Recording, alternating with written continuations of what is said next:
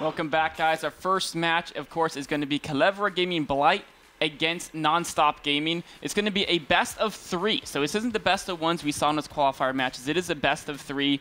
Whichever team wins 2 out of 3 is going to end up winning that match. And this is, we talked about KGB being the favorite, and of course Nonstop Gaming maybe the dark horse. And this is going to be a very exciting match to see these two teams go up against each other. It's really entirely up in the air. I mean, people are probably looking at KGB and going, why am I even match up against these people? They have never lost a game, but it's not guaranteed. I mean, there's been plenty of changes made, and there's all these different. We actually released Atomic Poison Ivy 2, who is an enforcer that might actually disrupt the current rosters that we had, because usually we see kind of all-out aggression, but we actually might see people trading out for some Atomic Poison Ivy.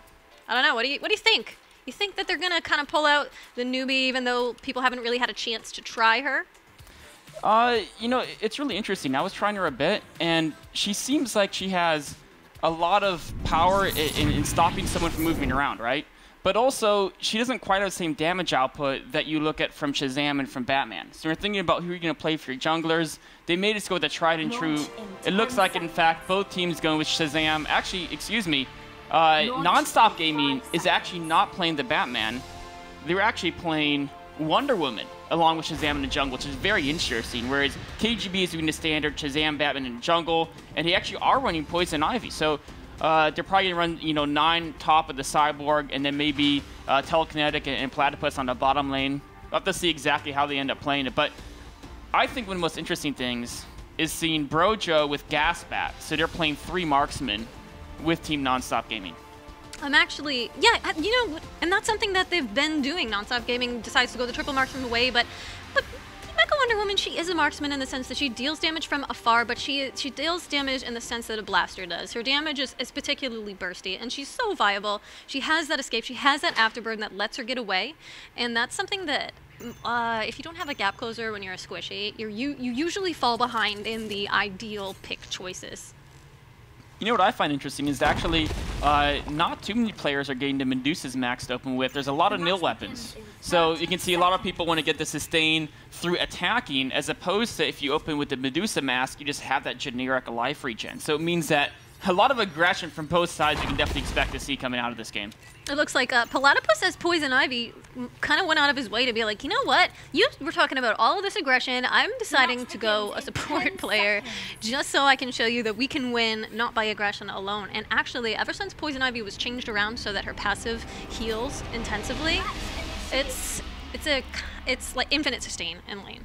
And one thing that we didn't really get a shot of it, but we actually noticed Platypus was just spamming a couple skills at the start to get it so that her passive will now trigger upon the first skill she uses, which is really going to help her out in this battle over here. Right now, both teams are sending the majority of their champions to this middle area, because the goal is if you can dominate this middle area, you may be able to interrupt your opponents from taking out the very important elite drones in the jungle by either the hot dog on the right side of the map or the taco over here on the left side of the map.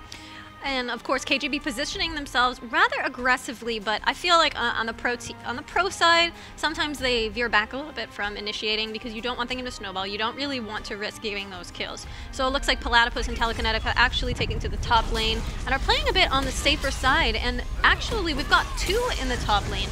We've got 2 in the jungle. Instead of the typical solo top, Cyborg has actually gone to the bottom, and he's against 2 marksmen. Do you think it's going to pose a bit of a problem for him, and do you think that's going to help him out? This is going to be really tricky for 9, because we can see here is with Gasbat and Cyborg from Team Nonstop Gaming, you can see they're pushing forward to make sure that 9 can't be close to the drone war. They're also avoiding killing too many of the drones, and that way the battle stays away from the turret, and 9 is unable to get any experience because he's totally zoned away from where the drones are battling. And we actually have a recent update called Credit Stomping, whereas you know how you can see the enemy's credits when they fall to the ground? It's kind of like a grayish thing. If you step over your enemy's credits, you now deny it, and it's no longer there. That's why it's called stomping. You stomp on them and they're gone. So if he is unable to get those credits, if he's unable to get the last hit, even though he might be up there in experience, he's going to be severely lacking in credits, and as a marksman, that is not good. He's even having a hard time getting experience. I think if he's zoned out enough, he may even be missing that. we're going to see maybe he'll call in from help from the jungle, or eventually the drone wave will get to his turret, and that's when he can start fighting back, because the turret will, of course, protect him from the zoning out of Zod and Brojo. But on the same side, since Mecha Wonder Woman up there on NS seems to be experiencing the same thing, I mean, what is with these mirror lanes? Obviously, Mecha Wonder Woman and Cyborg appear to be the reigning champions, and I don't even have to say that Shazam has been a player favorite. But I guess it'll really all come down to the decisions that are made in the jungle to see what differentiates this top lane from the bottom lane. That's really what it's going to come down to. I mean, it looks like Mecha Wonder Woman is doing a pretty good job of holding off. Look at Nonstop Gaming goes and puts a lot of damage on a turret. But now, KGB moving in. Blue Freeze coming in from the jungle as Batman, but he's forced backwards. Cyborg on Cyborg action, but Nonstop Gaming again is starting to push KGB backwards. Yeah, Blue Freeze backed away. The invulnerability popped by 9. And I don't know if they're going to narrowly be able to survive this. Gaslight Batman tries to throw in his Batarang, but ends up almost taking a turret shot and dying. They're flirting with death right now. They have no idea how close they are. He keeps going in and almost taking that turret shot. That was almost a lot of blood that just happened, but that's really comes down to knowing your limits. When you're just so close to dying but you don't die, that's not really chance. You can really tell how good these players are because they're playing at just the limits. Akia was hoping that Blue Freeze would charge in there and she could have jumped in with the lasso and taken him out. He's smart enough to stay back. They're just covering the lane until 9 is back here. And the question is it looks like this turret is going to go down fairly soon. How big of an impact will that play to KGB if they lose that bottom turret early on in the game? It's going to go both ways, but I think that's really going to help snowball NS because NS is going to have dominance over the Raider spawn. So at 7 minutes, they're not going to have a turret to fall back on. So pushing out is going to be completely dangerous for them. We see that Telekinetic and Platypus are not able to put as much damage on that turret up top, and that makes sense because, like we said, Mecha Wonder Woman is a power damage marksman. Uh-oh, Akio coming in for the gank.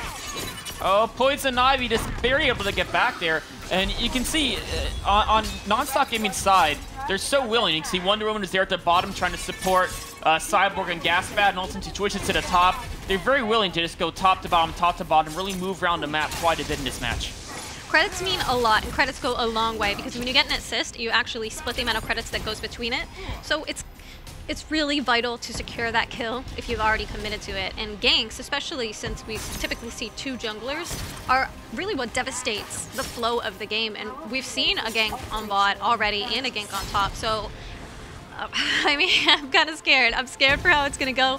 We have the power relays coming up in 20 seconds. I don't know if anybody's going to make any risky plays off of that. Usually the power relays are ones that you kind of just go and you grab. Don't really want to make any big plays on that until you got some items. It's crazy how aggressive these players are playing. They're really pushing the turrets, they're really going in there pushing even if they're low on life. But yet, they're so good on both sides that nobody has died yet. There's been so many times we are close to death. But here goes Spaghetti going in on Gaslight Batman. Brojo's going to swing back. Now they're turning around, putting damage on Cyborg. And 9 is forced back. It looks like Zod backing away from the drones, though. Does not want to take too much damage to the drones, even though he had more life than 9 in that situation. We're seeing NS kind of repeatedly bully this bottom lane. It's so powerful to have 2 marksmen. They're actually going to take out this bottom turret now, and there might be a fight. Oh, it looks like Blue Freeze comes down just in time. Already level 5, trying to save that turret. And look, I don't know that that's going to really last much longer, but they really need to make sure that they at least get some surveillance cameras down there or something, because they cannot afford to lose this Raider. They're already losing that bottom lane. Yeah, I don't see any way this bottom turret can survive now. Both 9 and Blue Freeze are so low on life, and if you have a melee champion like Batman low on life, it's very hard for him to close with the marksman. He'll just be gunned down before he can even do much damage. There goes a turret. That's also going to give a slight credit advantage to Nonstop Gaming. You can see they're ahead by almost 1,000 credits right now. And I mean, early game, it's not too substantial, but any credits over the enemy is a benefit. And since we see Nonstop Gaming already doing so well against KGB, they look like they're gonna do just a little bit better even. And the top lane appears to be a bit of a standstill. Platypus is completely high health, but Telekinetic obviously taking a lot of harass. You know, I've been really impressed with how much damage Akio as Wonder Woman has been able to actually do in the early game. She's really been a presence. She's been forcing people back by the third lasso. She's been guarding the turret very well. And it's something we talk about Wonder Woman often. It's like, well, she doesn't really do much until her ultimate kicks in. But really, Nonstop Gaming showing that Wonder Woman has a lot of uses here, not just that late game ultimate. So Platypus actually just made a good play. He threw that Q to stop Wonder Woman from basing, knowing that the Raider is going to be spawning in just 10 seconds. We're already seeing some positioning down there. On KGB's side, they've got Batman and they have Cyborg, as well as the rest of the team with the exception of Poison Ivy in the top lane coming down for it. But NS already has cameras there, so we're going to have to see. Whoever starts that first is taking damage from the Raider, and KGB's already taken a couple of shots, and the Raider is not something to be trifled with. You do not want to take damage before you're ready to start fighting. Look at him, he's just going for wherever he can get, going back and forth. Both teams afraid to engage it because it doesn't matter if you damage the Raider, it only matters if you kill it. And so if you do a lot of work, take some damage to almost kill it, other team runs in there and steals it with the consume, a detonate, last hits it by some means, all of a sudden all that work you've done is undone and you've taken most of the damage as well. Wonder Woman's been able to join the team now, so it's going to be a 4-on-4 as soon as she gets in there. But actually, she's backing away, saying, you know what? If everyone's going to do this dance around the Raider, I'll just take another drone camp, and hopefully things will stall out before I'm actually needed to help out my teammates. KGB actually, despite the fact that they don't have a turret, are making this aggressive play. I'm not sure that Poison Ivy, Platypus, is going to be able to hold out top lane while everybody's kind of messing around in the bot lane because it's just Poison Ivy. And she can kind of push back the wave a little bit. She can sustain herself okay, but it looks like Brojo is not letting it happen. Floetic going in as Shazam. Wonder Woman actually got her ultimate just in time. They almost immediately take Mecha Wonder Woman out of that fight. But the same thing happening on the other side. Spaghetti going in as Shazam to the back lines of NS and kind of just forcing everybody back. It was kind of crazy. Both the Batman and the Shazam just teleport to the backup lines, tried to take out the key damage dealers, but so far it's actually turned out fairly even. And again, actually, never mind. Looks like KGB is now having a time. They're going to go for the Raider. They get it. Telekinetic could go down here, but no, just able to W out of there.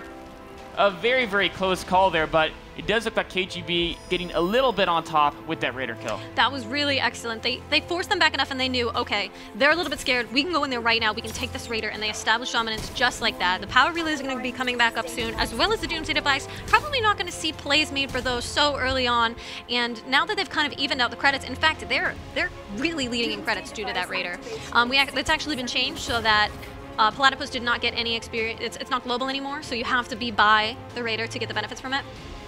But that's fine, because obviously you can still see the steep credit difference, and there's only one kill on either side. So it's going to be, it still can go either way, because it looks like NS is really great at pushing those turrets aggressively, but they're going to have to keep an eye on that Raider and keep an eye on the power relays in the future if they really want to hope to put it on. We should see what the marksmen are building. Maybe Brojo and Cyborg might be trying to differentiate themselves.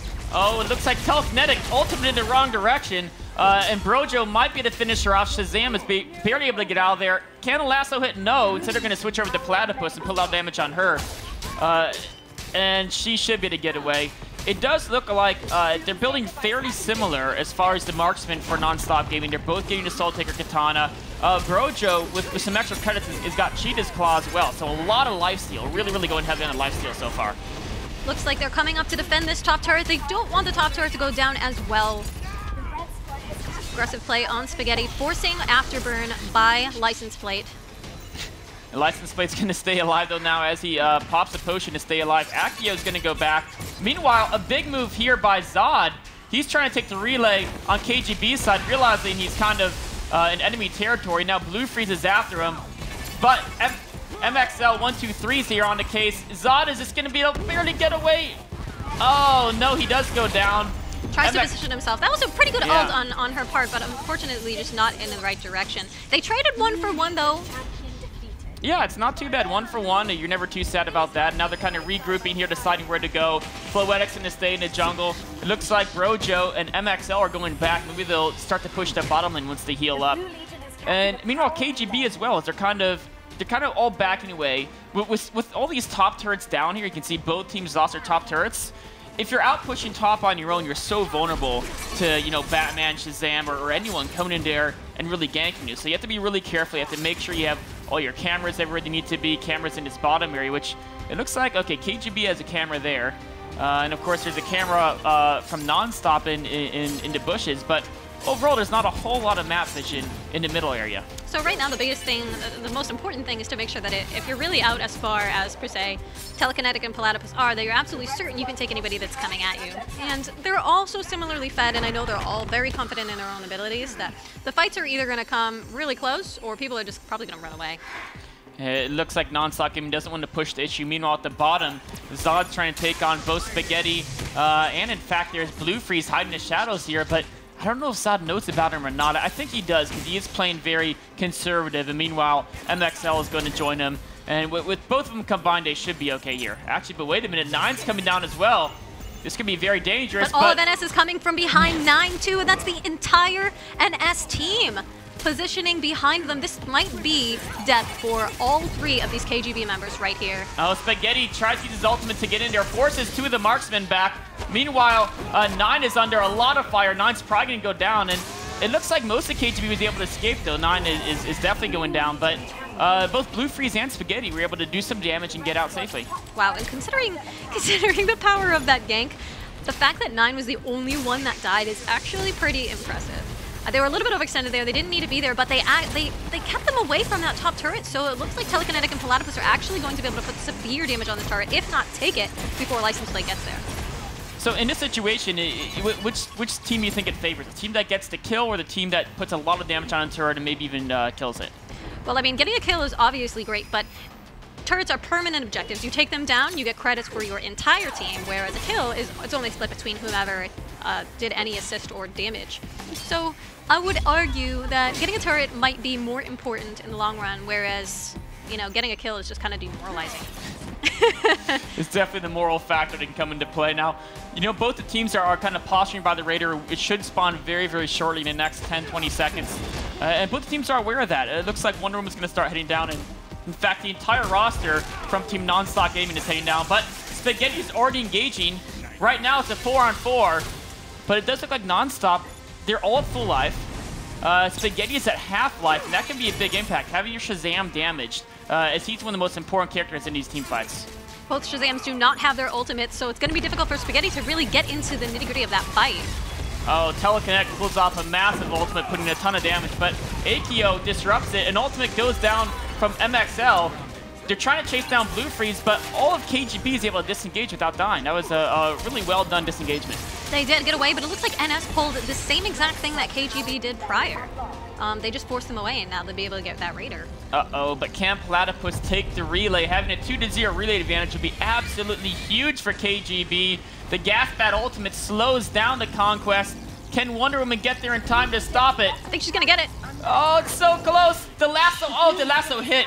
It might have canceled it, but unfortunately, Platypus gets the relay, or unfortunately for Nonstop Gaming, and having 2 relays is a huge advantage. And the 3rd relay is coming up in 20 seconds. So we might see some positioning for that as well. Cyborg decided to back, so I think he's probably got the same thing in mind. We might see just a full-out 5v5 teammate, unless somebody decides to split push. But getting this 3rd relay is going to set the pace for the next several minutes in the game until the relays unlock. You see the credits are very, very even. Nonstop Gaming ahead by 1,000, but if KGB gets a 3-0 relay advantage, that's going to allow them to push incredibly hard on both lanes, as they're going to have very powerful drones on each side. Meanwhile, 9 a little bit worried that perhaps Team Nonstop was going for the Doomsday device, now realizing they're all battling on the top relay. And Spaghetti is always the first one in action, but he somehow never gets hurt too badly. Well, I mean, he is Shazam. He's running a little bit on the tanky side. Akio only catches Spaghetti in his ultimate, but he still catches Rojo in the back. Goes down, but not before putting out severe damage. Blue Freeze picking up that kill almost on Rojo, but knowing when to disengage. But KGB seems to have this dominance in pushing them back.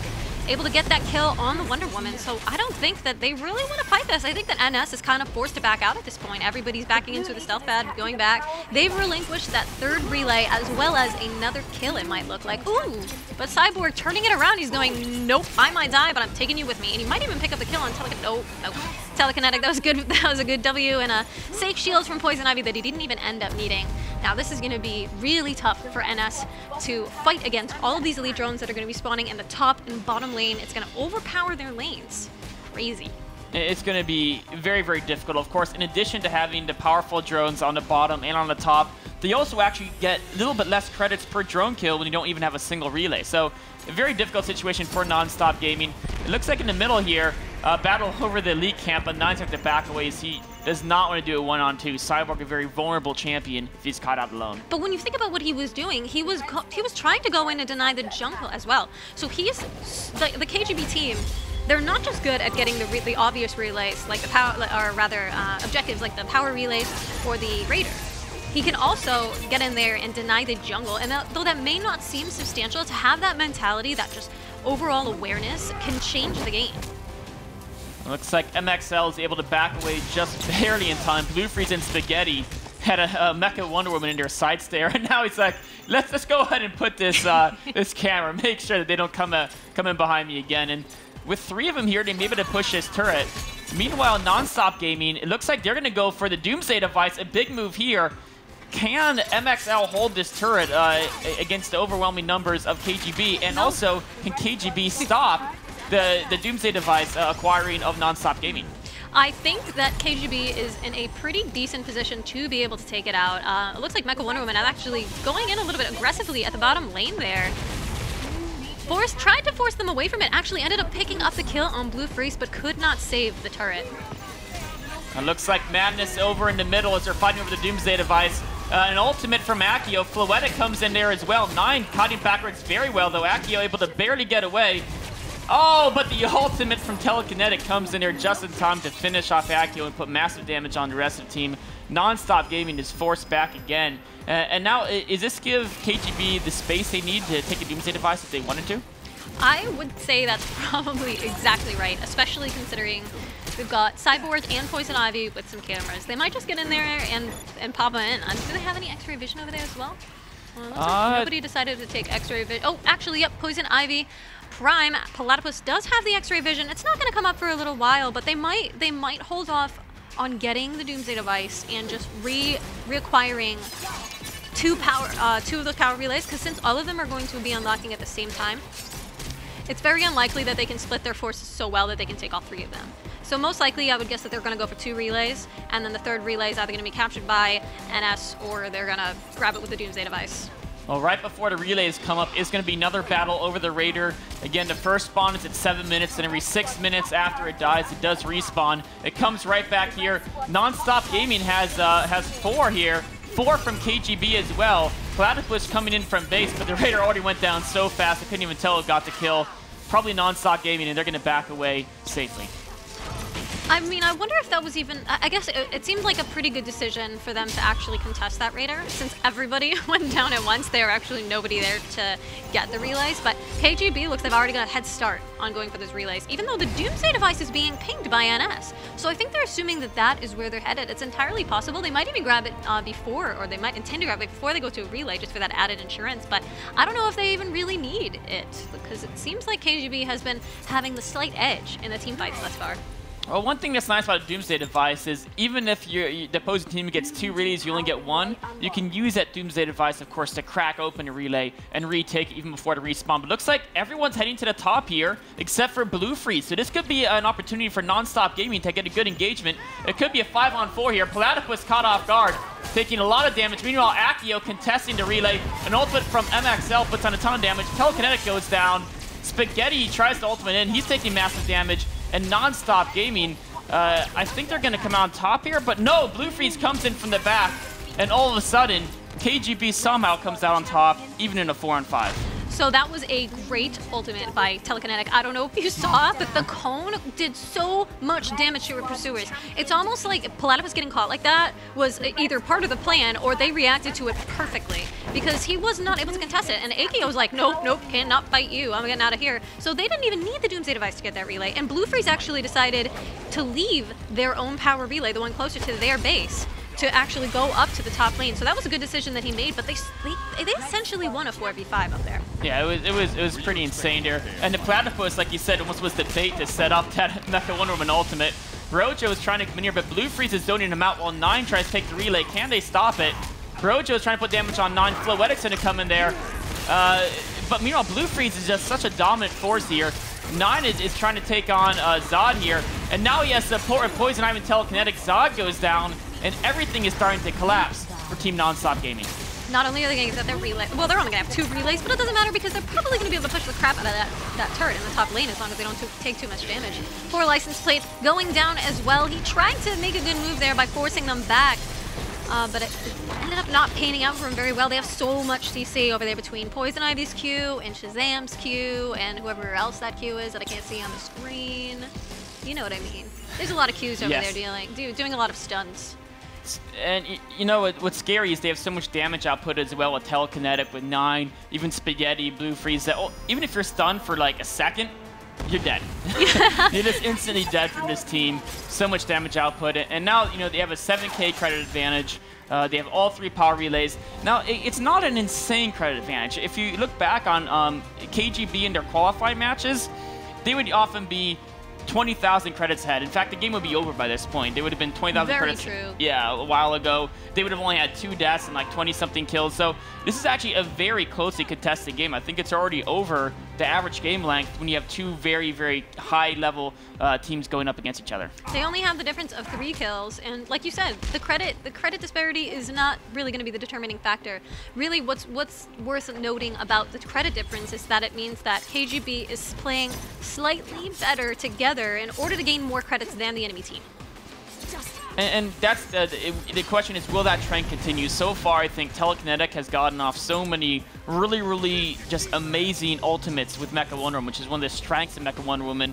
But that means, of course, MXL could do the same thing. It could turn around all in a second with some great play from Team Nonstop Gaming. And you know what I think that NS is having a hard time is between Telekinetic, who's dishing out so much damage with his ult, and between Cyborg, I think that they're having a hard time kind of deciding who the heck are we going to go on and take out instantly, because you use your abilities to take out Mecha. And oh my gosh, Floetic going in so ham, but once again, a really ultimate by Telekinetic ends up picking up that double kill. MXL, I think, also just picked up a double kill. Mecha Wonder Woman's ultimate is an amazing thing. Back-to-back double kills. Can Zod escape? Oh, he does escape.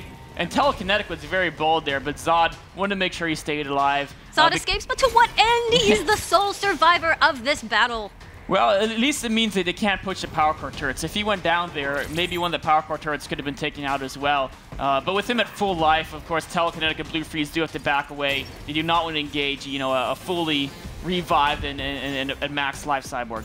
Yeah, looks like also KGB is aware that the Raider spawn, I believe that's a 4th Raider spawn? Yes, be the 4th. Yeah, they're going to be right on top of that, knowing that NS is coming up, trying to push those elite drones away from their base, trying to manage the objectives at the same time.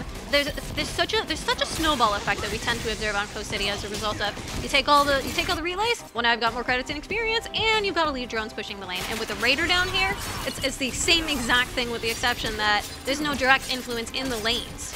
Yeah, there's absolutely no way Nonstop can contest this Raider. What they are doing, they're making a big move, trying to get the Doomsday device. They can use that to crack up one of the power relays or try to push one of the lanes very aggressively. Are they going to do it?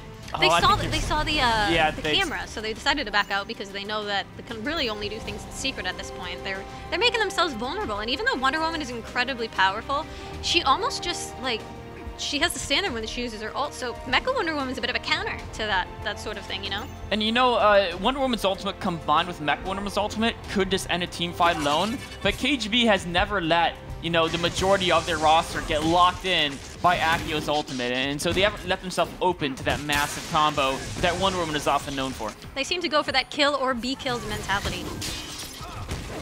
It looks like, Nonstop Gaming, with the Super Drones pushing on both lanes, they're really defensive, and Zod and Projo have got to be so scared wandering here on their own, because they don't know exactly where the KGB team is. In fact, KGB is going for Doomsday device, knowing they have all the map vision. They've got the cameras set up everywhere. They know they're absolutely safe in doing so. And Nonstop's just content to stay passive, and they really want to at least take their own power relay windows come back up in a few seconds. Funny enough, though, now that the Doomsday device has been acquired, even if they stay there to try to get that, they're just going to get Doomsday device done, and they're probably going to blow up. So they need to fall back to their base right now, and it almost seems like they just need to hold out, even if it means letting all of the relays get taken. But KGB's not even letting it. They're like, whatever, they're all up. We're just going to push into the base, because they can drop it on both of the power core turrets now that it's vulnerable, and that's not looking good for NS. Oh, there's the ultimate from Brojo. Only gets 9. The first power core turret is taking a lot of damage. Here's a Doomsday device. That's going to almost finish that off. Accio again ultimates, only gets 9. Floetic's trying to take down 9, but the lifesteal is too much there. Floetic goes down as well. Spaghetti survives. A great ultimate from MXL, but Telekinetic counters, and the entire team of Nonstop just collapsed there. That's a bit of an annihilation over there on NS, and I think this is going to, I know this is going to spell the end. Quadra-kill, pentakill by Telekinetic. That is insane. He waited too. They funneled in one by one, and then he essentially got a triple kill with his ultimate at the end. You know, I noticed he actually did a slightly different build with his Mecha Wonder Woman than we saw from, I believe it was Floetic from Nonstop. And it did seem like both of them used their ultimate there, and both of them got great ultimates. But Telekinetic just killed everyone. And that could just be the credit difference. You can see Telekinetic had, you know, close to 13,000 in end, whereas we see with MXL, you know, he had some great items, but he wasn't nearly as fed as Telekinetic. So when you use that ultimate, he couldn't really do the same damage. And he actually didn't go for any attack speed, which is usually what you see on the Mecha Wonder Woman players. Like Telekinetic, he's actually got the blue scarab there. And that's a lot of attack speed, 40%. And he actually had ended up being able to finish his Starheart. Yeah. But I mean, so what was the credit difference? What you said earlier was usually the game ends with KGB 20k credits ahead, and they managed to pull it out despite the fact that NS put up that fight for so long. I mean, it was an incredibly close-fought match. I was really interested to see Wonder Woman being used because I've seen her come in here and there, but you know, I have to say, she didn't seem to be that effective in this map. Her ultimates were never able to get more than 1 or maybe at most 2 enemy champions. And the big question is, remember, this is a best of 3. Will they make roster changes? Will they say, you know what, Wonder Woman's not doing it, Gaspat, maybe we should switch him out? Or even for Team KGB, will they say, you know, well, it works, should we keep doing the same thing? Or they might switch up to counter what we're doing. Should we kind of try to stay ahead of them by cycling a player here or there as well? I mean, it had a lot to do with the way they were playing as well, and it's not always just the champions. Of course, depending on the champions that you pick, you have an advantage over certain playstyles. And considering that Platypus picked Poison Ivy, there's a little bit of a tongue twister there. I mean, he was able to protect Telekinetic the entire time, and they lane together, so they obviously have some pretty good synergy. I think that Wonder Woman wasn't even so much the issue as a champion, so much as she didn't have the ability to protect her allies in the same way that Poison Ivy did. Yeah, I mean, we could see there every time there was an ultimate from Telekinetic, the Thorn Shield went up as well. So when Floetic tried to Shazam in there and stop the ultimate, you know, yeah, you could put some damage on, but Telekinetic would never go down. Exactly. And then even without the ultimate, with the Blue Scarab and the Starheart, just the damage from the basic attacks is getting pretty insane there on Atomic, or Mecha Wonder Woman, excuse me. But remember, this is a best of 3. So Nonstop Gaming isn't out of it yet. They put up a great fight, a really tense match. Can they make a comeback, or will KGB close it out 2-0? We'll have to find out soon because Game 2 is coming up next.